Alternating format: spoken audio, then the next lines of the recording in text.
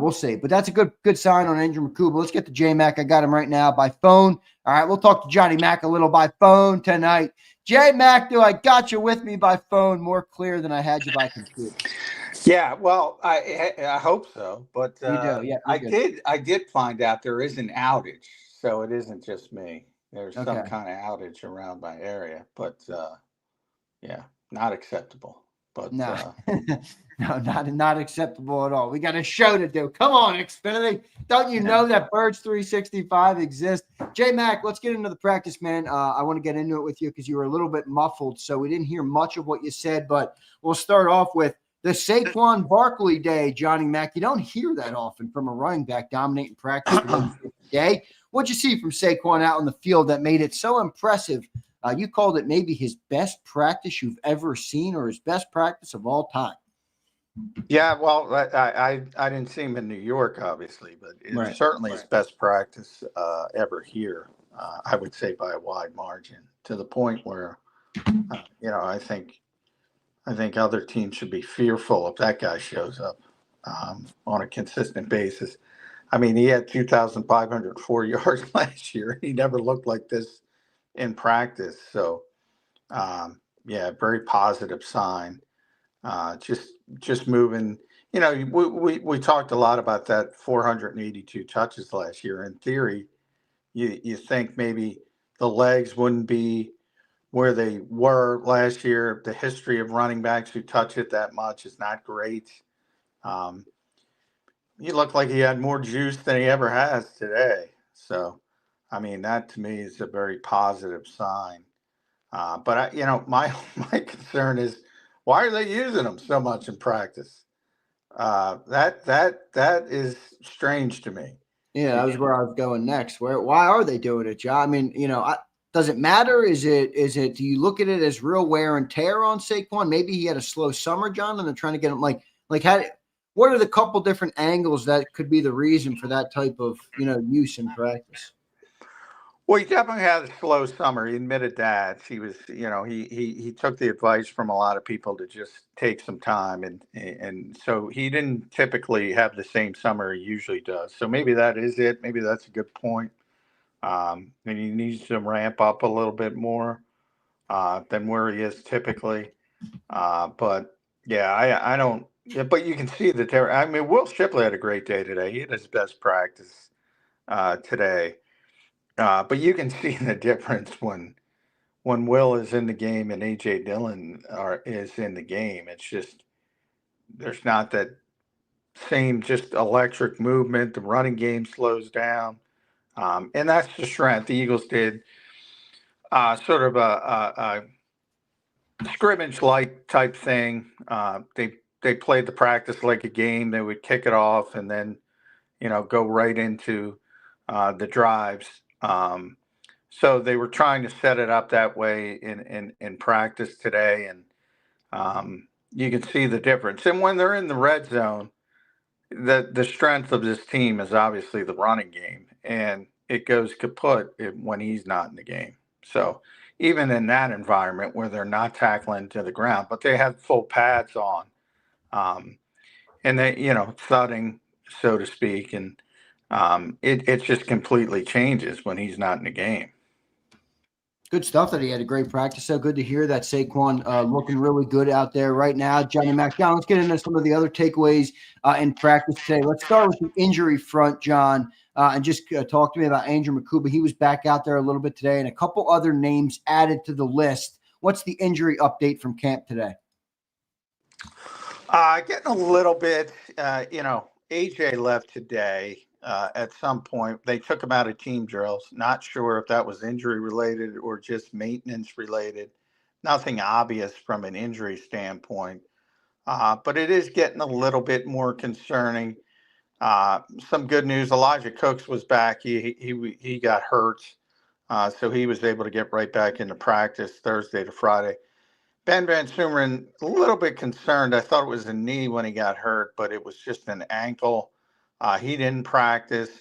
Mac McWilliams showed up with a quad. He didn't practice, and he's been having a good camp. So that's a little bit of a step back from that standpoint. And then the rest of the guys, and Landon Dickerson showed up. He practiced, but he was limited um, with a rib injury. So some of the wear and tear of just daily or semi-daily practices are starting to pile up a little bit. And obviously the same guys who've been out, stayed out, Zach Bond, most notably, Nolan Smith, Devontae Smith. So quite a few guys didn't practice today. Yeah, good stuff that Makuba's back out there, John. I think a lot of, or at least limited. I know limited just did some individual drills today, but I think a lot of people ready, watching that now. A couple other names added. We will keep our eye on that, John, with the injuries. Mac McWilliams, unfortunate there. Hopefully he can get back out quick because, I think these young guys, John, there's a premium on these guys, man. Vic wants them in practice. I know we joke sometimes about practice and how much you can really take from it, but one thing I'm pretty sure of is that Vic wants the young guys practicing, and a couple of them are missing some time here early in camp. Yeah, he definitely does, and preseason games is going to be big as well for those guys. And bad time to go down if you're Mac McWilliams with a quad, soft tissue injury. So that's a little bit of a concern. And then you look at some of the guys who are on the back end of the roster, like EJ Jenkins hurting his hamstring. I mean, that's almost devastating. You already saw it with Danny Gray, and he got waived because he couldn't practice. So for those guys, it's even worse. But for guys like Drew, who's wants to fight for that starting job, he's going to get way behind unless he gets back into team drills pretty quickly. Yeah, no doubt. We'll keep an eye on that, Johnny Mac. John, how about on the football field today outside of Saquon? What'd you see? Who stood out today in today's practice? Well, he was by far the best. I mean, then you start looking at the best catch of the day was from Taylor Morin. It was thrown over the wrong shoulder. Was able to adjust mid route and go over to the opposite shoulder and haul it in like it was Willie Mays in center field. So great catch from him. There's a lot of movement. I shouldn't say a lot of movement, but certain guys. Lewis Fiend's a guy everybody's interested in because they know him, and he was once a first round pick, even though he kind of flamed out. He got a lot of second team reps today, which is the first time that's happened. The middle sized Ogbo, big Ogbo, continues to get some second team reps. Um, so there's some movement and some guys getting a little bit of opportunity. Obviously, Jahad Campbell continues to get first team reps with no Zach Bond. And Small Munden factors in as well because Jahad is still on a rep count, so he can't take every single first team rep. But it was interesting. The one play Barkley didn't make today was a real wheel route that would have been a 30-yard touchdown, but Small Munden was in coverage and he had a nice pass breakup. Whereas Will Shipley got Jahad Campbell in a wheel route, and that went for a touchdown. So and it was interesting because it was opposite sides of the field. So the Eagles were really trying to work on that. And, Small made a good play, and Jahad got beat pretty badly. So that's in coverage. I'm not trying to, say it's not the end of the world, but it is an indication that maybe Jahad needs some work in the coverage aspect. Yep, maybe we'll see. We'll keep following that along. John, what are you seeing from the cornerbacks again out there? Keely Ringo started opposite Quinyon Mitchell. A lot of eyes, John, on Keely Ringo. I tell you what, that's I sit in front of John. Well, you're at NovaCare. I'm sitting here grinding on the channel all day long, covering things, doing different shows, different clips. The most popular comment I'm getting right now across the channel wide is certainly about Keely Ringo. So people want to know about him. How did he do today? Well, as you mentioned, he started left corner. Quinyon started right corner. So there's two things. One, it's pretty clear they're preparing to travel Quinyon Mitchell this year because they're giving all four outside guys, Adoree Jackson as well and Eli Ricks, they're giving him reps on both sides now, and that really picked up over the last week. And you can see when AJ is out there, often they let Quinyon. That's how Quinyon goes from right to left. He's generally following AJ. So that part of it's been interesting. And then Keely, um, he did some good things. That's pretty much been Keely Ringo in this camp. The one play he got a defensive pass interference on Jahan Dotson on a deep ball. And he just, again, he was there and he didn't get his head up. And you could see Christian Parker um, coaching him up after the play. And it's a little bit disappointing to be in year 3. You got to know, you got to get your head around, Yeah.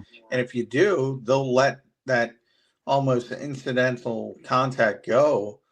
But if you don't, they're going to throw the flag every time. So that's the kind of little savvy things that somebody like Slay understands, somebody like a Dory Jackson understands, and it just doesn't seem like that is part of Ringo's game yet, and it's got to be. If he wants to start, he's going to have to start picking that kind of stuff up. Yeah, we'll keep an eye on that, John, how he's doing with that. For those who do care about the first snap, I like that you kept a record of it, John, as much as it might not matter. Jackson had the early lead. Ringo has closed the gap a little bit. It's 4-3 through 7 practices. Adory's been out there with the first teams before Ringo. So we'll keep our eye on that. John, the one thing you wrote, too, that I want to continue to talk about is all 4 of their top 4 outs, all 4 of the top 4, of the outside cornerbacks are all getting reps on both sides, which really shows you and kind of plays into what Vic talked about of he wants those guys to be versatile so they can move Quinyon Mitchell around. Talk about what you're seeing from those corners kind of rotating and moving around the field.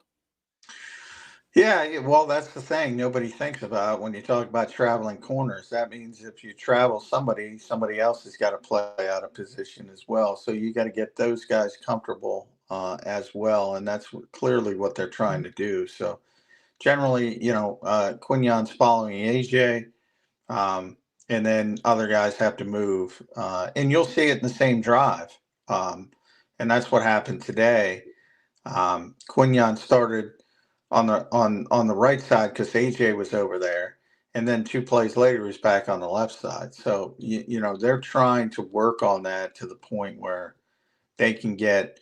It's not so much Quinyon because they have confidence in him. It's the other guys, Yeah, which it's Vic everybody talks else. about Exactly. a lot. So he's trying to get them comfortable with the idea of moving around.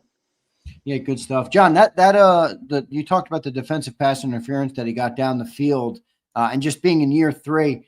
How do you view that? Like, is that something you think he can develop? Because I agree with you. Year 3, you want to kind of have those things, but it is kind of, I don't want to call it the icing on the cake, but it's kind of the becoming a polished corner, versus getting the basics down. He's staying with people. He's right there, but he's not closing out the routes the right way. How do you view that? Is that something you either have or you don't? You think he can develop that skill set? Like, how does that make you feel? Just that's the part of the game that he's struggling at right now. Yeah, no, I think it's completely a technique thing. So obviously you can get better at it. I mean, he hasn't played a lot, so that's just part of it. And the more you play, the better you're going to feel, the savvier you're going to be. You're going to get used to it. You're going to learn from your mistakes if you're a good player, at least.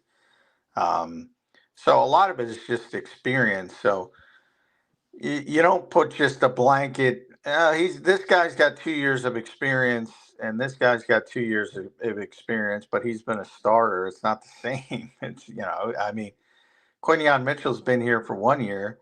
He's got more experience than Kaylee Ringo playing outside corner. Yeah, he was also more polished though before the experience. Well, yeah, but he was. But the point is that just because you're here for 2 years doesn't mean you have experience. And in the case of Right. Keely, he's, if you want to talk about special teams, he's already a great gunner. He's got a lot of experience at it.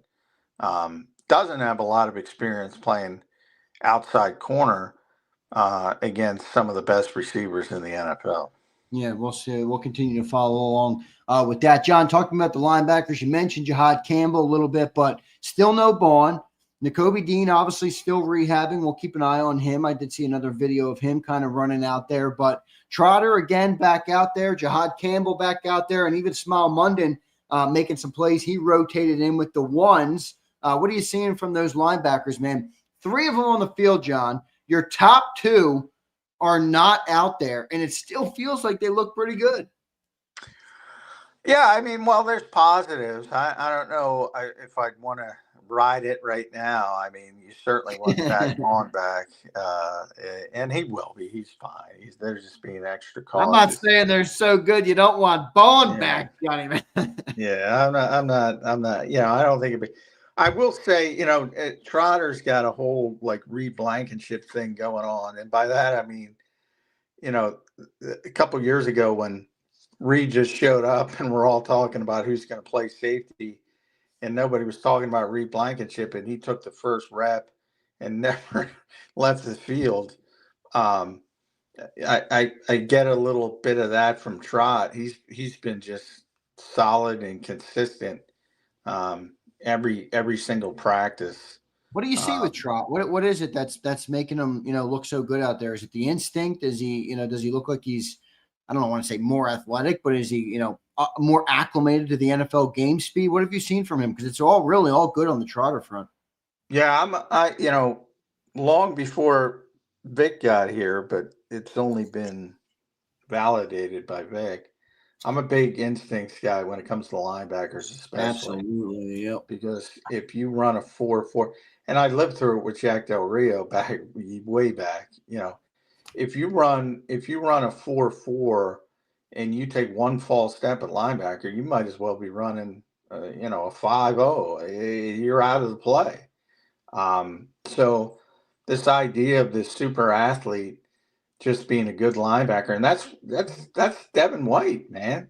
I mean, he's the best athlete on the field playing linebacker for many years, but he just didn't have the instincts to play the position at a high, consistent level. Whereas, Trot's a very instinctive player. And I bring up Jack for that reason, because Jack was one of the best zone coverage linebackers I've ever seen. And he does not run well. But he understood where he's supposed to be, the angles, cutting off things from the quarterback's perspective, and turned into a Pro Bowl player. I'm not saying Trot's going to do that, but you see him even in coverage. He's always in the right spot. And if you're in the right spot, Big Fangio is going to love you. Big stuff, great stuff from Jeremiah Trotter Jr. Playing good right now early in camp, John. And then Munden making plays. You mentioned it a little bit. I just wanted to kind of double back in case those who missed it. But Munden makes a big play on Barkley down the sideline. And then conversely, Jahad Campbell got beat down the sideline. So what did you see from those two guys? I think it is pretty good, though, to hear that Smile Munden is now out there making plays. He was a 5th rounder as well, right, John? Yeah. 5th rounders. And, but the Smile is very athletic. Some issues with obviously playing time at Georgia, which is always a concern. Some injury issues. Very long, very athletic. That's the strength of his game. So, he's the kind of linebacker that can run down the field with people a little bit better than most. But we'll see about the other stuff. Obviously, he made a great play today in coverage that would have been a touchdown if he didn't make it. And Jahad got caught. He took a false step and boom, there Will Shipley's gone, and easy throw, touchdown for Jalen Hurts. That's the kind of stuff I'm talking about. One false step and you're out of the play, especially on a wheel route when the defensive backfield isn't really paying attention. That's your job, and that's why so many teams try to run wheel routes, because they know they're getting very athletic players, generally running backs, matched up on linebackers, which is always a mismatch. But, from the standpoint of offensively, not a lot of running backs catch the ball that well or cleanly. But they're always open on those routes, you'll notice. And that's kind of what happened today with Will, and Will's a pretty good receiver. So he's well above average as a receiver. So when Jihad had that false step, yeah, it was just it was over. And maybe that's something the Eagles can find with Will Shipley as the backup to get that wheel route more part of the offense. Yeah, good stuff there. We'll see how that goes. John, moving back to the safety spot right now. Again, Cooper DeJean playing safety in the base package, and Sidney Brown next to Blankenship in the nickel package. Obviously, still no Andrew Makuba back there in terms of playing full reps. He was out there in a shell today playing only individual drills. John, what'd you see from those safeties out there? And you think are you honing more and more in on Cooper, or is it kind of just what they're doing right now in base? No, I think that's pretty clear. I mean, we're now at 7 practices. I mean, I think that's the plan, that he's going to be, the plan was always that he was going to expand to be a 3-down player. And how do you keep on the field? In the spring, they tried him at corner. And now they're playing him at safety. And Vic always said, he's got confidence in him to do either. And it's more about the other guys. So again, that's been a big theme with Vic Fangio. The other guys. He trusts certain guys, specifically, Quinyon Mitchell when they're traveling. He trusts him. It's the other guys. Can he do it? Cooper DeJean playing outside corner or safety or nickel. He trusts them. It's the other guys. Who are the best other guys? Can the other guys do it? Are you gaining any? Is Vic gaining any confidence in the other guys? To be determined. But yeah, I think he's gaining a little bit of confidence from about Sidney Brown. Probably less with Kaylee, and he seemed to like the early returns of Mac McWilliams in the slot, but now he's hurt. That's going to set him back, and we'll see how long. Quads are not injuries where you're going to show up Sunday. They're not practicing tomorrow, but it's not like it's going to heal itself in 24 hours, unless it's just a bruise or something. But if it's an actual quad strain, that's not something that's going to handle itself, and that's going to take some time. So, but he trusts Zach Bond. He trusts Cooper. He trusts Quinyon. It's the other guys. Yep, good stuff there. John, continuing to roll along now. Talked about the whole secondary and the linebackers. Let's move up to the front. You mentioned they started in a 50 front, Johnny Mac. You got you had Jalix on the starting left to right. Jalen Carter, Jordan Davis, Moro Ojomo, and then Azeez Ojulari. So he's getting those reps with Nolan Smith out. Anybody making splashes? Anybody showing you some things in that edge rusher room, John? That's been your biggest concern on the team this year.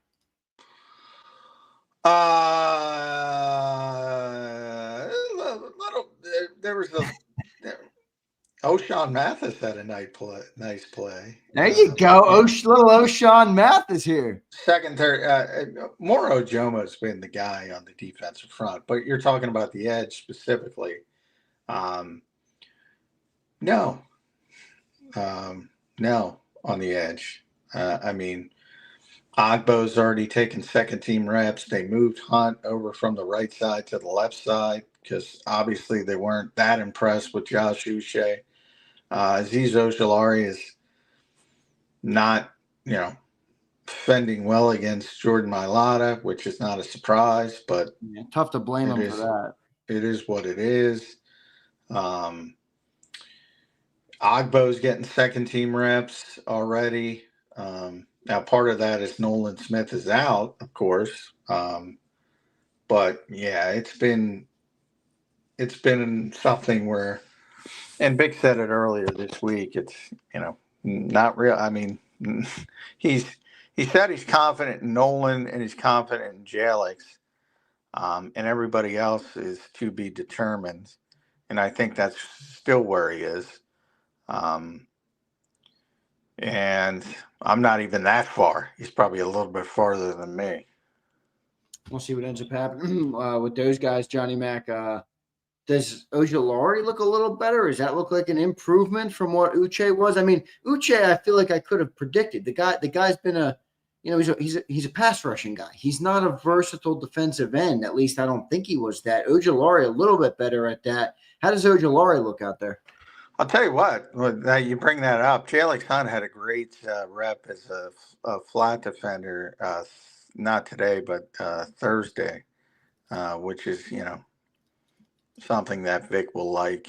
Some of the other guys, most of the other guys, when they're dropping into coverage, look like Josh Sweat, fish out of water. But, that's a curveball. I always try to explain. It's not. You're not actually asking pass rushers to cover, receivers and tight ends, whatever. You're just trying to fool the quarterback with somebody's rushing the passer that you weren't expecting, and somebody you were expecting drops off. And sometimes you can get the quarterback throwing right into it. Because they don't recognize it. Now, the problem is Vic has had players who can do that and make plays, and I don't know if he has that player yet, but if that player is going to be here, it's going to be probably JAKIB, because JAKIB looks comfortable doing it at least. Yeah, we'll see what ends up happening with that, Johnny Mac. John, Jalen Carter returned today, correct? How did he look out there? I know he was. You mentioned he was obviously in that 50 front. How did Jalen Carter look his first kind of full practice? No, he was a full go. Was he full? Not full. He's still limited. He's still on a rep count, but he's he was in team drills before. This is not his first day. Okay, so he was Wednesday too. My bad. He hasn't looked great, to be honest, and probably just ramping up. I wouldn't be too concerned about it, but I will say, Tyler Steen looks better against Jalen Carter than he does Moro Ojomo. So explain that one. He can't block Moro, and he was doing fine against Jalen, but I think most of it is he's just got to get his legs under him, and he'll take off. I'm not concerned about Jalen Carter, but he hasn't been great early getting back after missing a host of practices.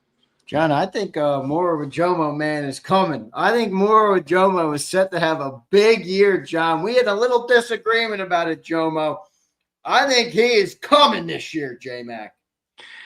Well, one-on-ones I was going to bring up. Landon got a hold of him, and that was it. That was it. What does Vic say about one-on-ones, John? Oh, they don't matter, but people love it. Well, the first one, because those two did back-to-back reps. So Moro beat Landon on the first one. Nice swim move. And then I think he pissed Landon off, and he did the old snatch and grab, and he just dumped him on the ground. Hey, listen, I can live with 50%, John, versus Landon Dickerson and one-on-ones for Moro. But I bring it up not because guys win and lose. I always tell you, I mean, Jordan's the perfect example. He used to get beat like a drum in one-on-ones. And now he's turned into the player he was. So Vic's right, but I bring it up because he's small, and Landon's a monster, and if those monsters, and there's not a lot of Landon Dickersons, but there's a lot of good offensive linemen, and that's the concern. And Vic has expressed that numerous times if people listen to him. He's undersized. He's undersized for that position. And when somebody like Landon Dickerson can get his hands on him, it turns pretty quickly. Yep, we'll see. We'll continue to follow along that. John, speaking of the offensive line, let's go right there. What's new in the right guard battle, or should I say right guard battle or lack thereof. It doesn't really exist. But how's Tyler Steen look? You just mentioned he kind of shut down Jalen Carter. Is he maybe Well, I something? didn't say shut down, but he does better against Jalen Carter, which is bizarre. But hey, sometimes styles make fights. Sometimes you just have problems with a specific player. But yeah, I mean, he struggled against Morrow for pretty much the entirety of camp, we're now at 7 practices. But as far as competition, we're now at 7 practices. No one other than Tyler Steen has gotten a first-team rep at right guard. He has taken every single rep. So there is no competition. It's just at this stage. Well, what is the reason for that? Do they really? I mean, like, has Tyler Steen? Like, it's one thing, okay, for Tyler Steen to win, but shouldn't you have earned a starting position before you get every single first-team rep? Well, again, and I've compared it to Isaac Seumalo. When Isaac first took over, he was, the Eagles were very high on him, and they thought it was his time. And he took over, and he wasn't great, and they benched him. I could see that happening. I think that's what's going on. They think he's a good player. They think this is his time, and he'll start week 1 and week 2, maybe week 3, week 4. And if he starts to play poorly over that first month, then you might see Matt Pryor in week 5. Yeah, maybe. I wonder if it's a psych thing, John. Like Stoutland, knows the player obviously better than any of us do. I wonder if it's like give him a sense of confidence. You know what I mean? With a player like that, maybe who struggled and really has never been a full-time starter like he's being asked to do this year. Maybe there's a little bit to, giving him a kick in the butt in terms of the psych part of it. And hey, this is my job. Play like it now. Am I off base with that? Probably. No, I mean, with Stout, it's just if he believes in you, he's going to give you a chance, and he's going to give him a chance, and that's why. Yeah, I mean, last time there was a battle though at left tackle, John. I mean, we were giving Dillard fucking 50% of the snaps in camp. Well, yeah, but that I often point out, for people that, and Stout deserves all the credit in the world, but I always go back to Jordan Mailata's first start, and Stoutland happened to talk to us that week, and we asked him the question, do you think he's ready? And he said, I have no idea. Yeah, right. Until you see him in a game, I guess even the best doesn't know, John. Well, and Vic said the same thing about Zach Bond. He said, hey, I thought he had the instincts, and I thought he could make a good off-ball linebacker. But I didn't know. I didn't know he's going to be an all-pro. Vic admitted that. So I think, there's a lot of hindsight, but those guys are very honest. Part of it's gut. And by the way, yeah, it didn't work out with Isaac right away, but it worked out with Isaac. Isaac turned into a very, very, very good player. And Stout ended up being right. But to your point, Andre Dillard was supposed to be the good player, and Jordan Mailata wasn't. So there's a little bit of a different landscape there. Andre Dillard was a first-round pick. Yeah. The Eagles, part of the problem with Andre Dillard is the Eagles didn't do a lot of homework on him, and they were shocked he was there, and they took him. Well, the reason they didn't do homework, a lot of people had him as a top 10 pick, and he started to fall on draft night. So, now it's easy to say, oh, he didn't work out, but he was the one with the awesome talent, the awesome athleticism. And obviously, when you take somebody that high, you want to give them an opportunity. And that's where the Eagles were.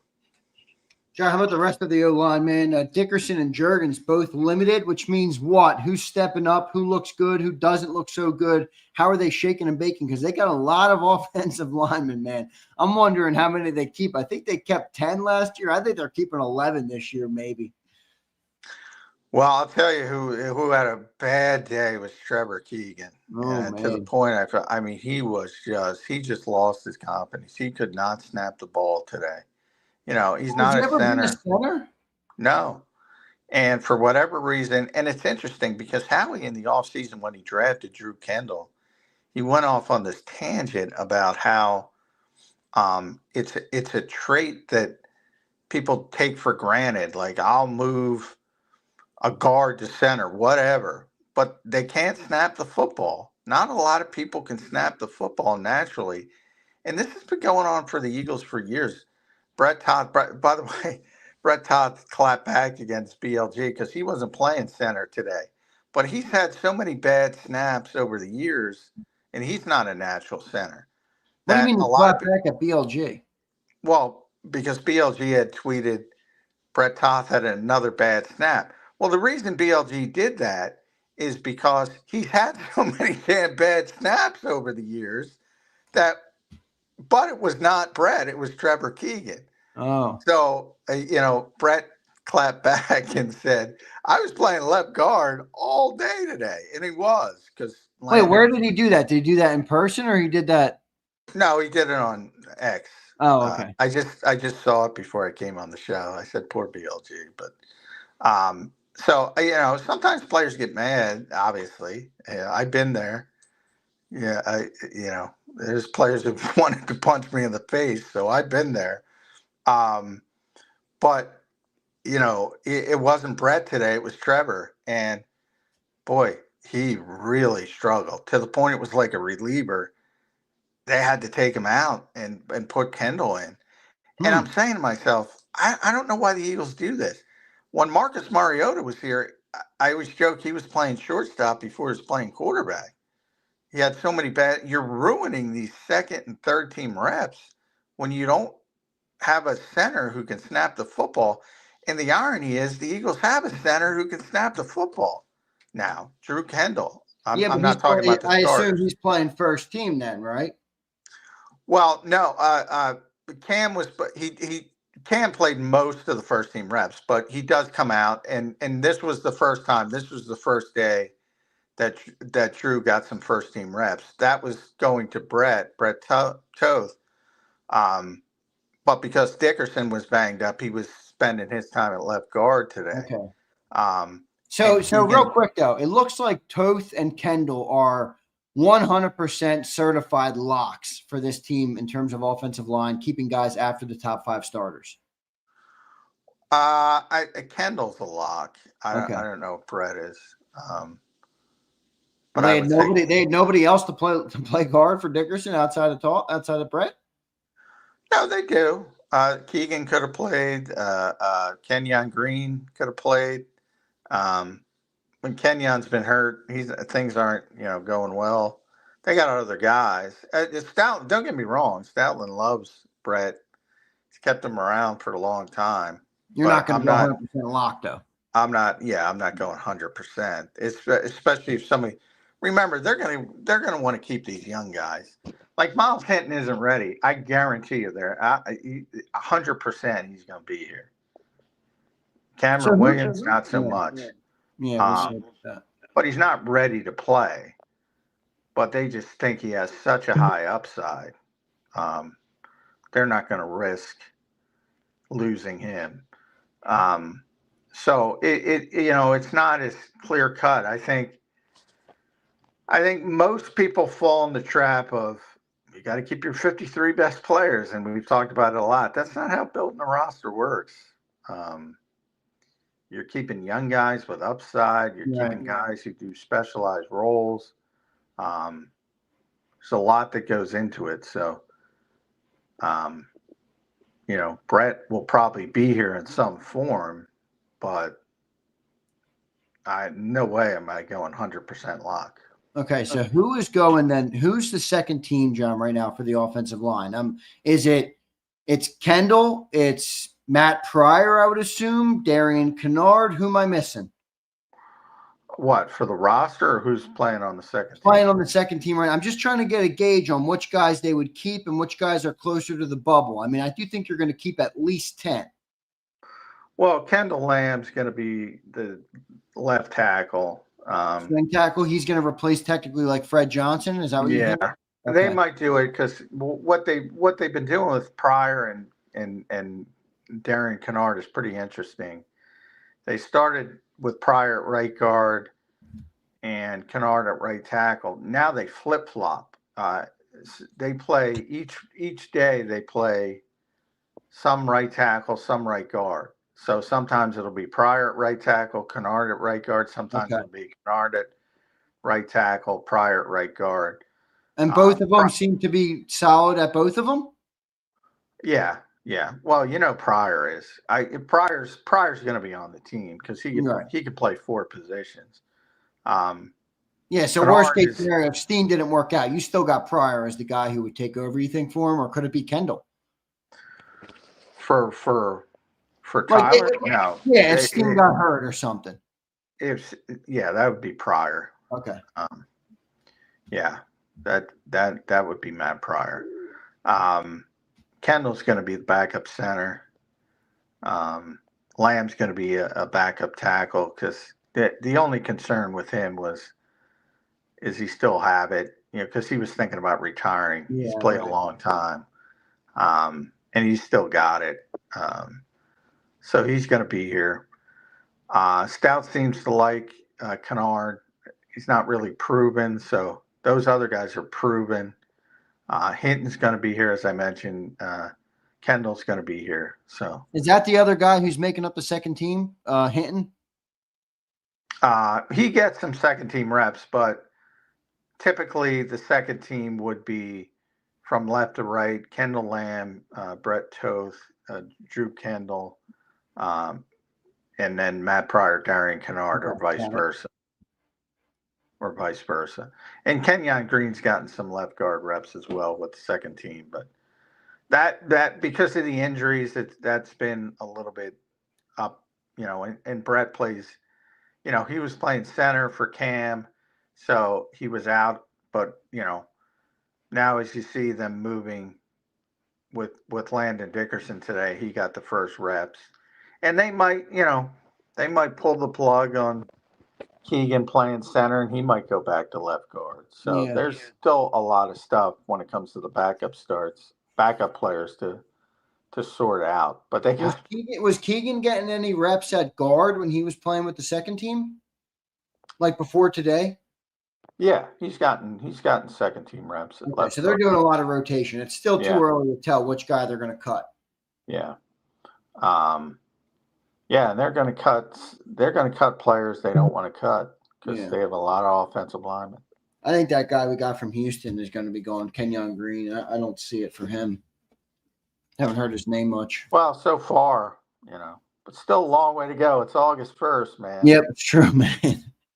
Feels like we came a long way for it to only be August 1st, but here we are, 7 days deep into practice, second week down. The Eagles, by the way, for an update for everybody, the Eagles are off tomorrow. So fully off, not a walkthrough. They're fully off tomorrow. Players' day off. And then they're back on the field Sunday. And then that first preseason game is next Thursday versus the Bengals. So we'll be covering that. John, just a couple other practice notes, then we'll get our first time out. I want to rattle through some of yours, and you tell me which are the most important to talk about. A.J. Brown and Quinyon Mitchell yapping again at each other a little bit. Mitchell making some more plays. He had a chance for an interception. Ajomo continues his strong summer, a strip sack of Hurts, and an impressive rep in one-on-ones to beat Dickerson. You already talked about that one a little bit. Ojulari getting the best of Jordan Mailata. I didn't hear you say that. You might have said it earlier. And then Eagles went with the went live with the threes late on the practice, with the highlight being undersized by running back Shaderick Powell plowing into the end zone. Lewis Seen, significant second team reps. And then former Eagle wide receiver Torrey Smith was at practice today hosting a SiriusXM radio show host. So pretty good stuff. And one news here, Ty Robinson, a couple batted balls today. who has a knack for it. So I like to hear that. Finally, something good on the Ty Robinson front. I just rattled off a bunch, John, but what stood out the most of those guys, and what are worth elaborating on from your perspective? Well, with Ty, yeah, we saw he does. He was very good at that in college as well. Those bat downs at the line of scrimmage. So he does have a knack for it. So that's positive. We talked, about some of the negative things. I mentioned, Jomo's had a strong summer, to say the least, and he had you don't see too many strip sacks of quarterbacks in practice because you're not supposed to touch them. But he managed to get in there and hit the ball right on the button, and came out. So yeah, he's having a really impressive summer, to say the least.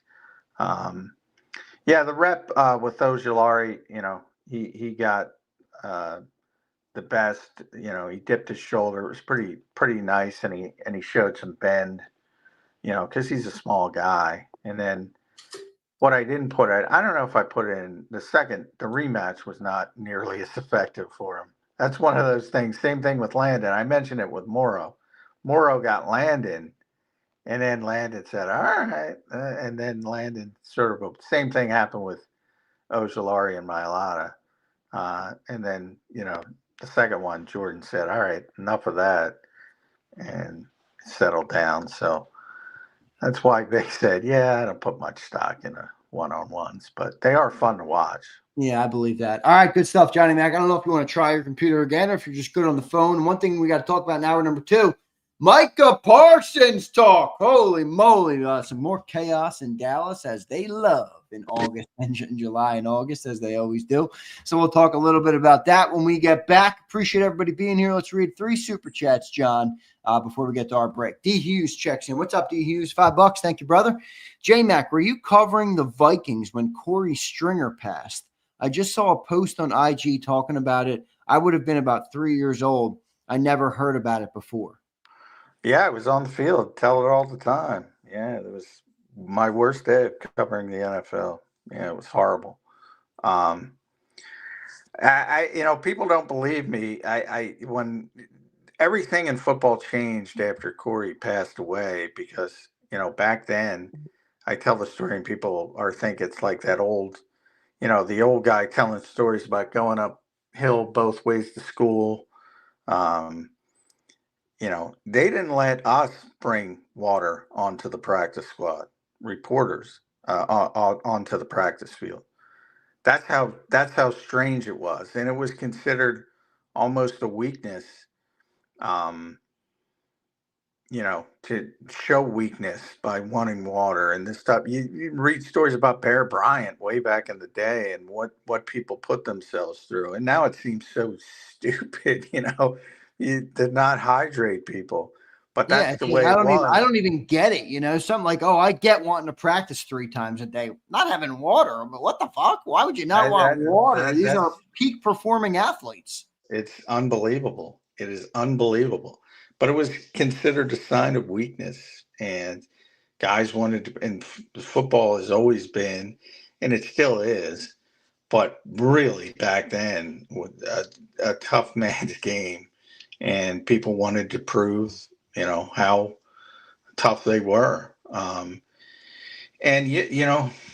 part of the reason why and I know Mike Tice still feels bad about it is, you'd give shit to people, and he's trying to prove how tough he is, and wouldn't hydrate himself, and all of a sudden the worst thing possible happens. And yeah, it was a terrible day for the league, obviously for Corey and his family. But yeah, I was on the field that day, and it was brutal.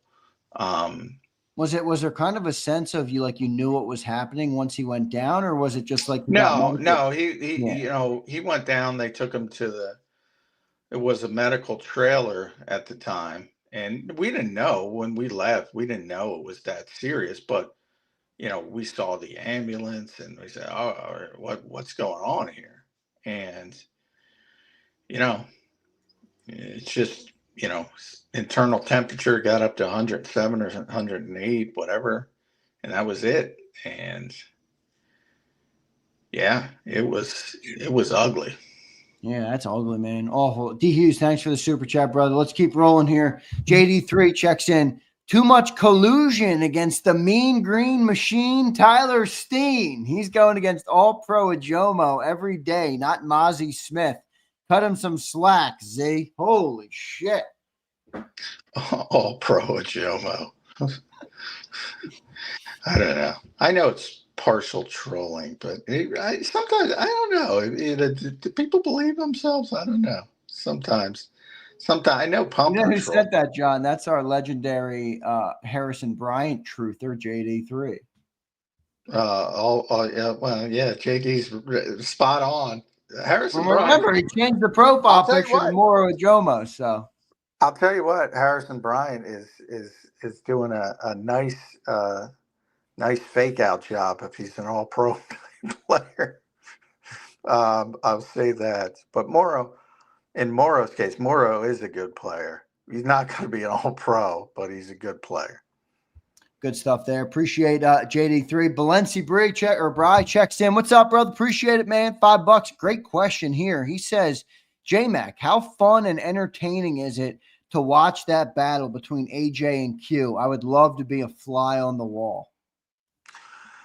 Yeah, it is fun because those guys like competing against each other, and they're both high level players. I remember, when Bradbury first got here, before people turned on him, when he was a second team All Pro, was similar. Him and AJ would go out at practice every day. It was really fun to watch when he was playing at a high level.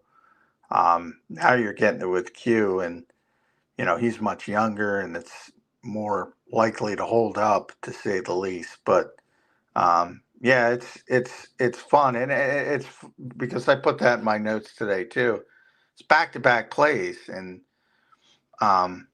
AJ got him on a slant route, but you could tell AJ was a little bit annoyed because he kind of flicked the football and giving him a little bit, and typical AJ Brown play.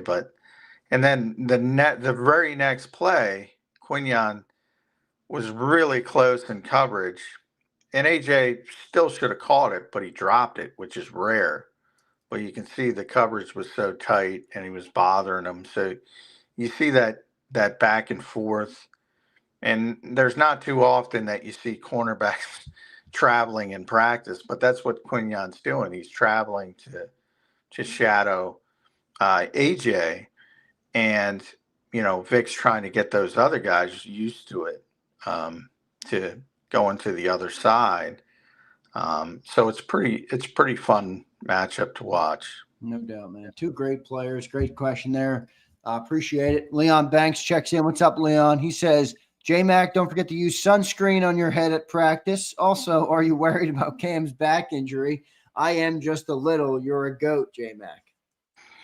Well, I appreciate that. Now, I never hit the practice field without a hat, so I mean that's number one. But with Cam,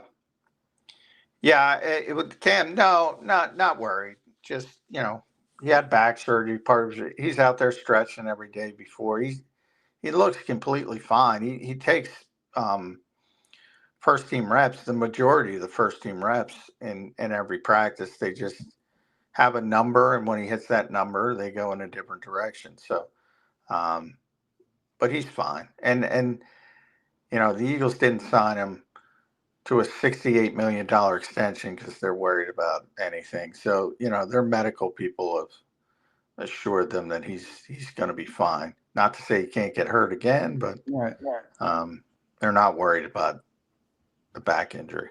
Good stuff there. Leon, appreciate the super chat. Appreciate everybody for all the super chats today. Great opening hour here. We're going to talk about Micah Parsons, the NFC East, and all sorts of different things next in hour number 2. Hit that like button, everybody. We'll be right back in 3 minutes on Birds 365.